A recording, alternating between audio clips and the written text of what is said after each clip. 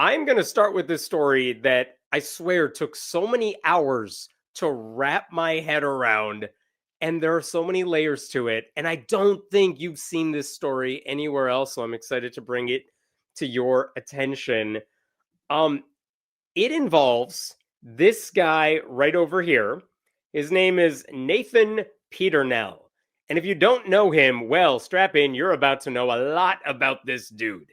He is the leader of a megachurch in Indianapolis. It's called Life Church, which is the most generic, non-Jesus-y, maybe people will like us name ever. This is a church that's affiliated with the Assemblies of God. And the last time I talked about the Assemblies of God, it's because that Christian denomination was caught up in a huge sex scandal because they can't control their own people either. But in this case, there's a sex scandal involved in this church too, but it's so weird.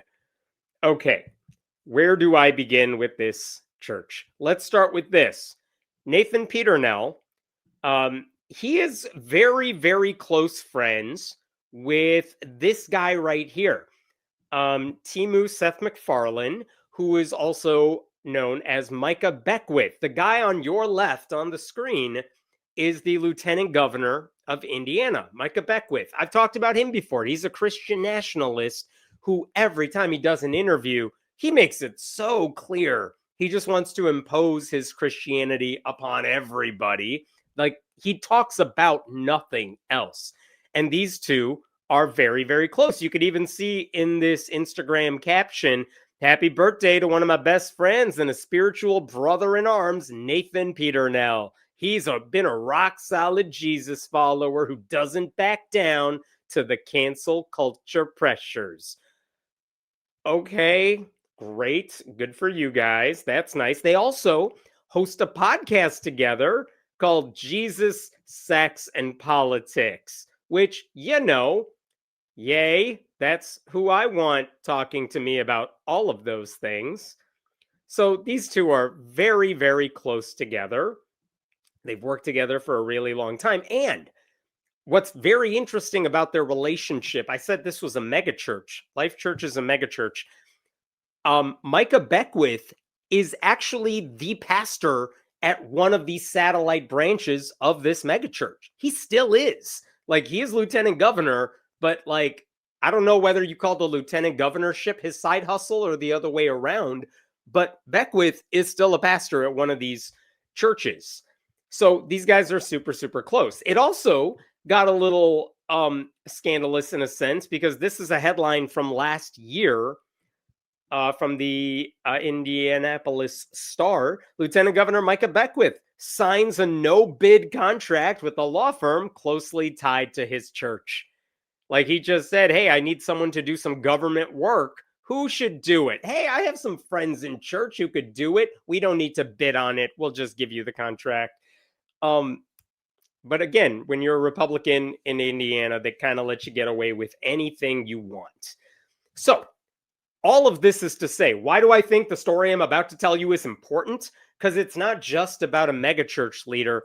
It's about a megachurch leader who is BFF with the lieutenant governor of Indiana and one of these guys who's just slowly climbing the MAGA ladder. So that's one thing. Now, here's the next bit of the story. About 6 months ago, and this is truly disturbing, it turns out the police department, the Hamilton County, I should say, the Fishers, Indiana Police Department in Hamilton County, I think that's right, they put out a tweet that was very disturbing. Here's the tweet, and it's from October, but you could see what this says right here. On October 23rd, 2025, Jonathan Wesley Peternell, who is the pastor's son, was arrested on 7 felony counts related to child sex crimes. Oh no, that sounds bad, because it is bad. And if you scroll down here a little bit, detectives with the police served a search warrant on the suspect's Snapchat account, where more material was discovered along with evidence that this guy was disseminating videos to other users. Holy crap. Some of this included, I'm not going to read this, but it's very, very bad stuff. And they arrested him for possessing this material, distributing it on Snapchat. And they also included a picture of the dude and his name, because that's what you do when someone's arrested, but definitely not yet guilty. Don't love that, but okay. So the pastor's son was arrested for doing this stuff, allegedly.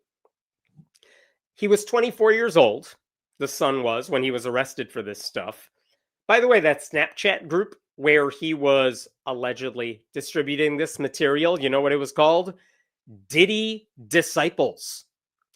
Like Sean P. Diddy Combs. Diddy Disciples.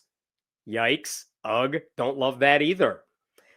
And apparently he had more material on the computer back in his house. Okay.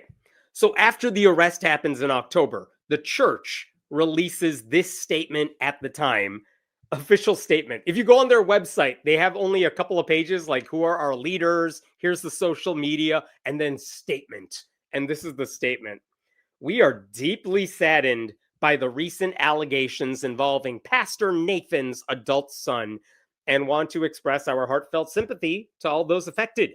Our prayers are with Pastor Nathan and his family during this incredibly difficult time, as well as with the families and individuals impacted by these events. Our hearts remain heavy for all who are suffering. Okay, I mean, fine. I don't mind that the church put out that statement. I'm not sure what else they were supposed to do.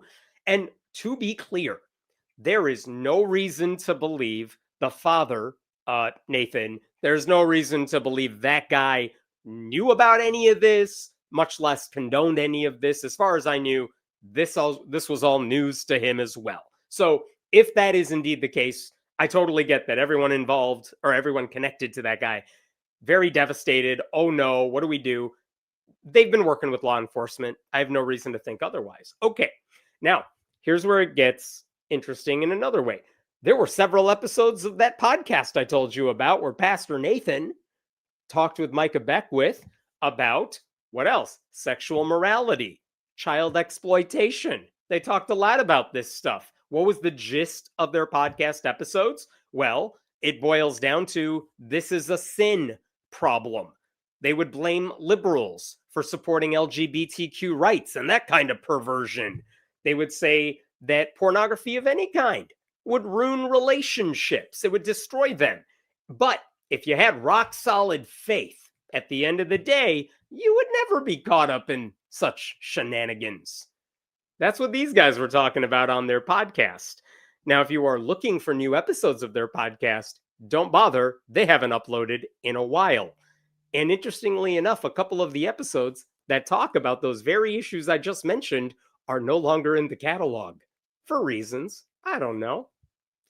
Okay, here's another twist in this story. I'm telling you, this thing the rabbit hole goes crazier and crazier. So police are searching through the son's computers. They want to know what else this guy had. And they also discover that on his phone, I guess, he has over 50 photos and videos that apparently show his parents naked and having sex, which raises a whole bunch of other questions. Ew, like why is that on your phone? I don't want to know, but like, were those videos illegal or problematic?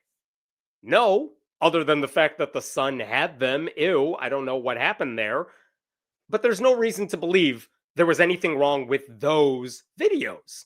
Like, mommy and daddy like filming themselves, apparently. What the only weird thing about this story is that the son has these videos.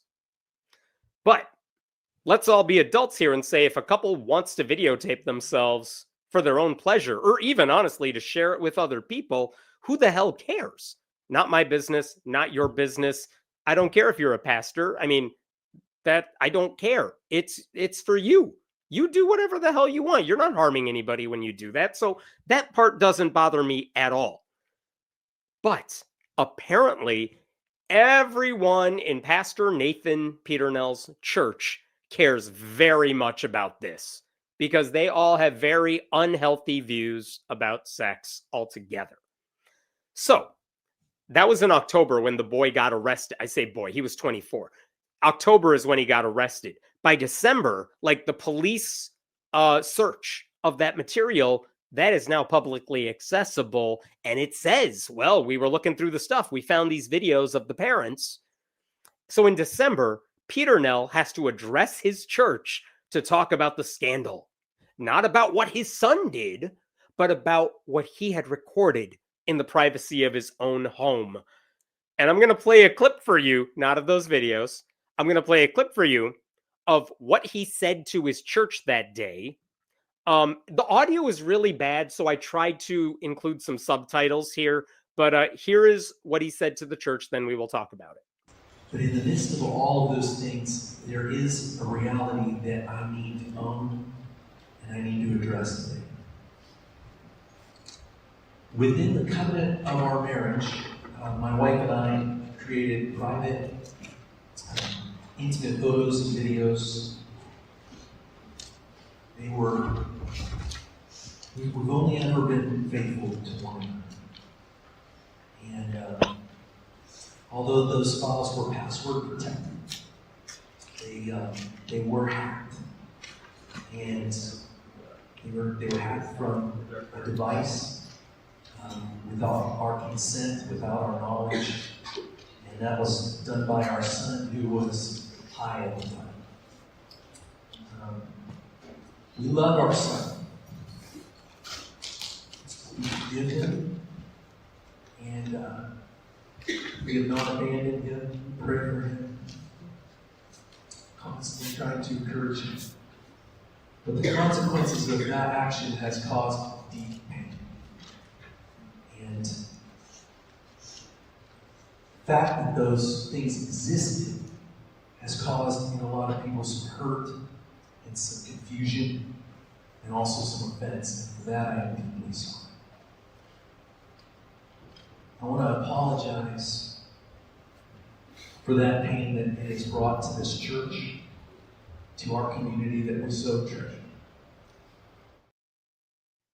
Okay, so in case you missed that, he's basically saying, yeah, we did make those videos and take those photos. They were on a password-protected part of my computer, but my son, who was apparently high at the time, hacked into my stuff and got access to them.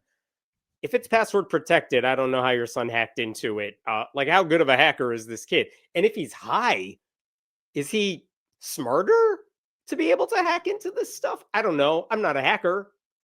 I don't get high. I don't understand how that works. So, whatever. Let's suppose that's true. In any case, he later, in a separate part of that sermon, he told the church, don't worry, y'all, everything has been deleted. Which, okay, I don't care.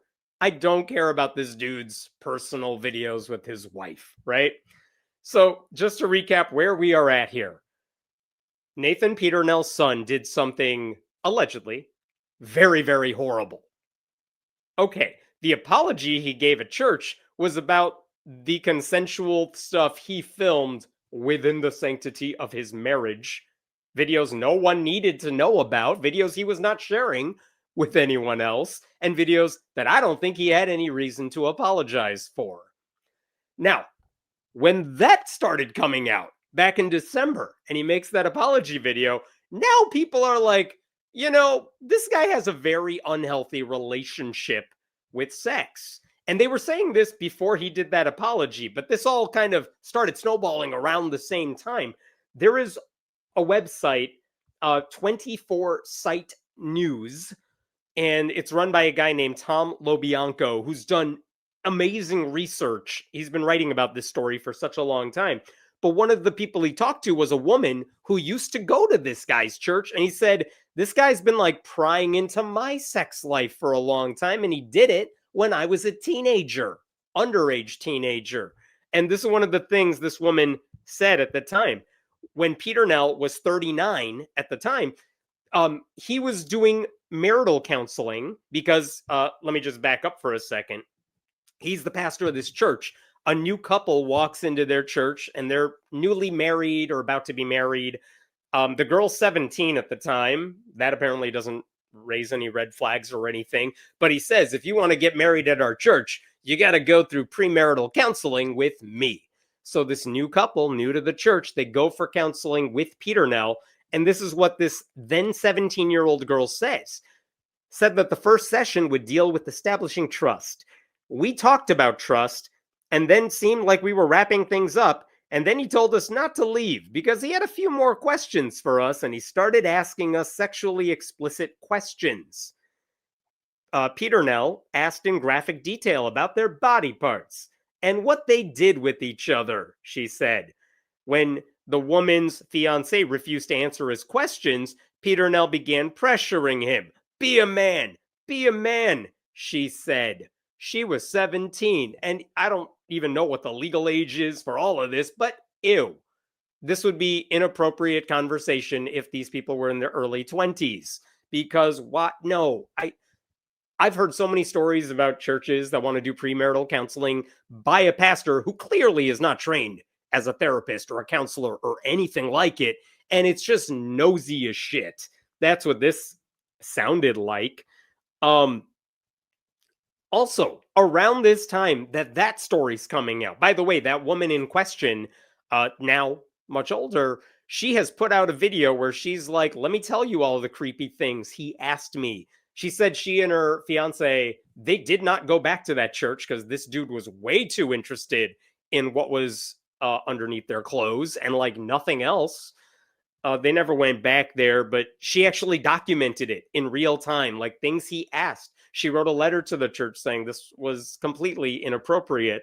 And when that was going public, shortly after the son's arrest, guess what Micah Beckwith, the lieutenant governor of Indiana, did? Well, he did his gig as pastor of one of the churches, and this is what he said to the church around this time.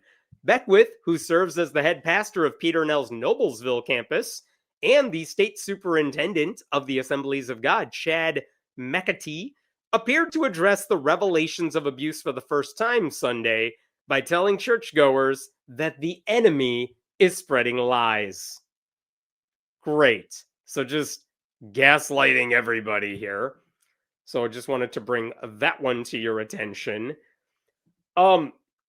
Other things you should know that I learned from 24 Site News, which again has been covering the story for a while. When other people also came forward and said, yeah, this dude asked us very inappropriate questions. Peter Nell ran a youth group back in the day. Guess what it was called? His youth group that he formed at church was called Stormfront. And maybe you're thinking, wait a minute, that's the name of a neo-Nazi organization. Yeah, that's right. He knew that. He did not care, apparently. Some of those members said his behavior amounted to grooming. But in any case, one of the girls who had to go through counseling with Peter Nell, also, and it might have been the same one I just mentioned, she said that he asked whether she orgasmed with her partner if her breasts had to be touched in order for her to climax, if they use sex toys. She's 17. Also, why? Why is this what you are asking this couple during your premarital counseling sessions? Like, it would not be okay to ask these questions if they were 20-year-olds who were in your church for whatever the same reason is. And just a side note for a second, this is something that happens within purity culture all the time because conservative Christian pastors are so effing weird when it comes to talking about sex, right? Because they make it sound like any form of premarital experimentation, every bit of it, is the worst kind of sin. But from the moment you're married, like the split second after you get married, you and your spouse can explore every possible kink to your heart's desires. What they usually don't mention, but the stories that we have heard from people who lived through purity culture over the years, is that when that's the message that is ingrained into your head for so many years, That means a lot of people marry really young because they want to get it on, but they know they can't unless they get married. That happens a lot. Um, when they finally do get married, they have no clue what they're doing, what they enjoy sexually. So that's a hot mess. They feel obligated. Usually women say they feel obligated to go through with whatever someone else, usually the male, wants in their relationship. Like, I guess this is just how it is. And in some cases, that means suffering abuse at their hands because they don't know. Maybe that's what it's supposed to be. And a lot of times, these are also stories we've heard, is that they go through with it even if they're not enjoying it. And when it's not making them happy, they feel like failures because no one ever taught them that, hey, it's supposed to be pleasurable for everyone involved. And there's a way to do that, because they just go from let's not talk about it at all to you better be experts now and you're going to figure it out quickly. That's what Peter Nell's mindset appeared to be. And this woman is one of the people who suffered because of the advice he gave her. So his advice was bad to begin with. The fact that the girl was 17 made everything worse. Okay. So let me fast forward a little bit. Why am I talking about this now? Well, a couple of weeks ago, there was an update to all of this. Let me show you this story right here. Peter Nell, the son, he gets 6 years in a child sex abuse case. That's good news. I won't read through all that. Basically, he was sentenced to 4 years in prison for what he did, what he was sharing with people online, 2 years of probation, and he has to register for the rest of his life as a sex offender. Okay, fine. So he's going to be punished. He's going to jail. Fine. I don't think anyone's defending the son here. I don't think it's my position to say whether that's too light or too harsh or whatever. I don't think it's too harsh. Like, good, fine. I'm glad he's going away.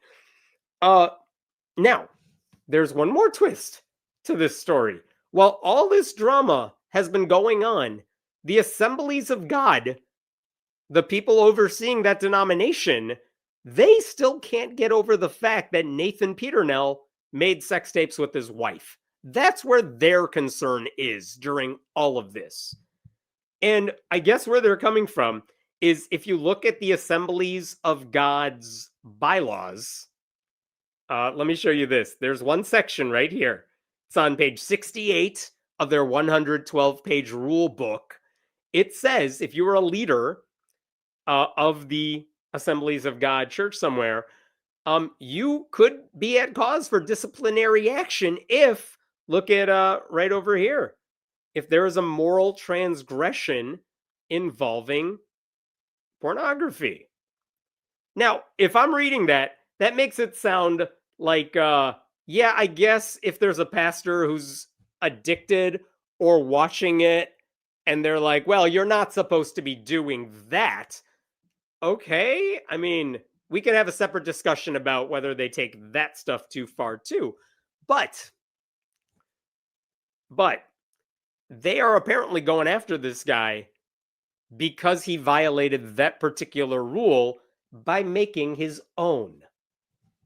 So on Friday of last week, this is also from 24/7 News, Nathan Peternell, stepping aside after investigation, deems his sex videos wrong. And apparently he sent an email to his church, and this is what it said. After a careful and thorough review, the District Executive Presbytery concluded that certain personal behaviors related to my use and retention of private digital content involving my spouse fell short of the standards expected of a credentialed minister and were determined to be unbecoming of ministerial leadership, which is a very long and wordy way of saying they don't like that I filmed me and my wife. He said he's going to step aside beginning March 1st. He didn't say how long the restorative process would last. So this dude is stepping down from the pulpit for some amount of time because of private videos he made with him and his wife for nobody else's viewing pleasure. It's these people have such an unhealthy view about all things sex. Like the only response I had to that was why? Why is that the thing this dude is getting punished for? I think this guy, Nathan Peternell, should be reevaluating his views on sex entirely. He should stop treating homosexuality as a sin. He should stop asking kids about their sex lives, which is something he apparently has done for a really long time. He should stop suggesting on his podcast that faith would override any potential sins, much less crimes, since his own family is proof that just because you're devout doesn't magically fix everything, does it? The only thing he doesn't need to apologize for is making sex tapes with his wife, because it's nobody's business. And yet, that apparently is the only problem the Assemblies of God has with anything he's done. That's the only reason he says he's stepping away from the pulpit. This is a denomination that has already been exposed for harboring sex predators and not taking action against them. Now, it is entirely possible that Peter Nell is not telling us the whole truth. Maybe the Assemblies of God is like, we saw these videos of girls talking about things you asked them, and we want you to step aside for many things, including the tapes. And he only mentioned the tape. I don't know. I don't have the internal memos here. But if what he said is true, the only reason he's being punished is for the dumbest possible reason. Of all the reasons this guy should be stepping down from the pulpit, he's doing it for the one thing he did in his life that is like the least problematic thing ever. The only one he doesn't need to change. Meanwhile, as all of this is going on, there are also stories coming out about how people are leaving the megachurch because it's just this constant drama. Pastors are resigning from his church, not Micah Beckwith, but other ones. So at least some people have reached their breaking point with all of this stuff. I mean, they're not leaving for the reasons I would have left, but whatever. This could have been a story about a pastor apologizing for his son's crimes and acknowledging that their faith didn't do anything to prevent any of that stuff. He could have admitted that the sort of crimes his son committed do not stem from being gay or trans, and they are not stopped by being Christian. Instead, his own sex life got caught in the crossfire because this denomination has a completely unhealthy idea of what sex of any kind ought to look like. So this dude has to repent, even though he personally did not harm anybody, at least through the tapes. In other ways, absolutely. But like, he deserves to be punished for all the rest of that stuff. Traumatizing children, not paying closer attention to his son, forging an alliance with Beckwith. That's way worse than anything else. But he's only being punished for, I guess, having consensual sex with his wife and wanting a memento. Like in any sane ethical framework, that stuff is not a sin. It's not even a scandal. It's honestly nobody's business. I should not know about any of this. But when you live in the warped moral ecosystem of purity culture, even consensual intimacy becomes punishable if it's not done by the book. Jesus didn't film himself having sex, so why are you doing it? It should be boring, missionary style, and only for the purpose of childbearing. That's how Jesus wanted it. So what do we learn from all this? I don't know. When church leaders obsessively care about your private sexual behavior, it's always creepy. You could bet good money that they're probably ignoring things like coercion, grooming, institutional protection. Peter Nell is now repenting for his harmless personal conduct while never confronting any of the actual bad shit he did, which is wild. Anyway, lots going on there. I will leave it at that. I had to think about this for hours, and now I'm going to make you think about it for a while. What questions we got here? Oh, thanks for becoming a YouTube member. Wouldn't this be a form of voyeurism? Which thing? The making tapes himself? I mean, I don't know who's watching them. Do they watch them as a couple? Again, not my business. I don't care. Are they showing it at Sunday? I don't know. Who cares? They were two consenting adults. These people. Yes. My thoughts exactly. That's another thing. 18 and 19-year-olds are legally adults, but still technically teenagers. I find that weird. Yeah, I don't love it when they have to go into the pastor's office for premarital counseling because it's always about the creepiest shit. Pastor did not develop a healthy relationship with sex, it seems. Pretty sad, very preventable. Do you remember I made a video? It might have been well over a year ago where a purity culture advocate, the girl defined people, they were interviewing a couple that teaches Christians about sex. And the story they told was about how the man's wife, who was also in that interview, did not know for years very basic stuff about sex. And those are the experts who are teaching others about it. It's never a sane conversation. And yet Jesus rarely mentions sex, right? Like, never talked about. I mean, who knows what he did in the cave for 3 days? I don't know. Oh, thank you. I appreciate that birthday wish. It was yesterday. I spent it doing nothing and it was lovely.